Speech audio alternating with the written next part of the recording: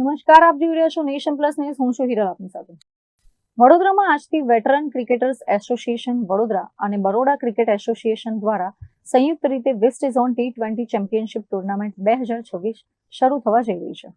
ભારતીય ક્રિકેટના લેજન્ડ સ્વર્ગસ્થ અંશુમન ગાયકવાડની સ્મૃતિમાં યોજાઈ રહેલી આ ટુર્નામેન્ટમાં પશ્ચિમ ભારતના વિવિધ રાજ્યોની ટીમો ભાગ લઈ રહી છે. ક્રિકેટ પ્રેમીઓ માટે વડોદરામાં વધુ એક રોમાંચક સ્પર્ધાનો પ્રારંભ થયો છે.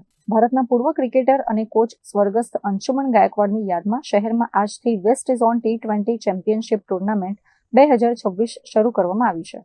વેટરન ક્રિકેટર્સ એસોસિએશન દ્વારા આયોજિત આ tournament board four veteran cricket in India સાથે સંલગ્ન છે. આ ટુર્નામેન્ટમાં ક્રિકેટના દિગ્ગજોનો જમાવડો જોવા મળશે. વેટરન ખેલાડીઓ ફરી એકવાર મેદાન પર પોતાનું કૌશલ્ય બતાવશે, જેને લઈને રમતગમત જગતમાં ભારે ઉત્સાહ જોવા મળી રહ્યો છે. આજે વેટરન વેસ્ટ ઝોન T20 ટુર્નામેન્ટનું ઓપનિંગ કરવામાં આવ્યું. આપ સૌ જાણો છો, આપણા વડોદરાના ઇન્ટરનેશનલ ક્રિકેટર અંશુમન ગાયકવાડના મેમરીમાં આ કપ કરવામાં આવ્યો છે. ગુજરાત, સૌરાષ્ટ્ર, મહારાષ્ટ્ર અને મુંબઈ એવી 4 ટીમ આવી છે અને બરોડા પણ રમે છે. 5 ટીમની વચ્ચે આ ટુર્નામેન્ટ થશે. 3 દિવસની આ ટુર્નામેન્ટમાં 28મી ફાઇનલ કૌટુંબિક મુકામે કરવામાં આવી છે.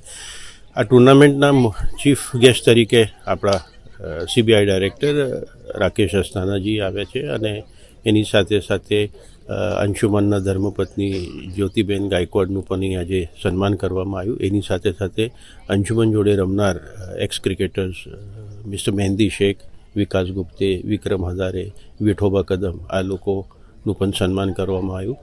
આ ટુર્નામેન્ટમાં બરોડા ક્રિકેટ એસોસિએશને ખૂબ સારો સપોર્ટ કર્યો. ઇન્ફ્રાસ્ટ્રક્ચર સપોર્ટ બધો એમનો છે અને હું બરોડા ક્રિકેટ એસોસિએશનનો આભાર માનું છું. વેટરન ક્રિકેટ એસોસિએશનની પોતાની એકેડેમી છે અને આજે 150થી 200 છોકરાઓ ત્યાં તાલીમ લઈ રહ્યા છે.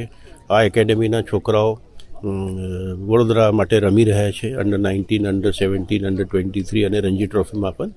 અને આ અમારું યોગદાન છે અને આ અમારે પ્રયાસ સતત ચાલુ રહેશે ક્રિકેટને, વડોદરાના ક્રિકેટને વધારવા માટે.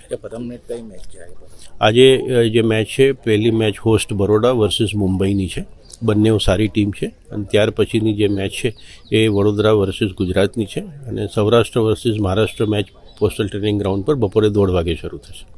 ये अंशुमन गायकवाड़ जी की स्मृति में टूर्नामेंट ऑर्गेनाइज हो रहा है Baroda west veteran cricketers association के द्वारा.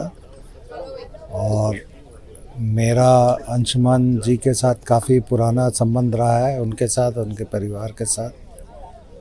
तो जब मेरे को सत्यजीत गायकवाड़ जी ने खबर की कि यहाँ ऐसा हो रहा है तो मैं आया हूँ.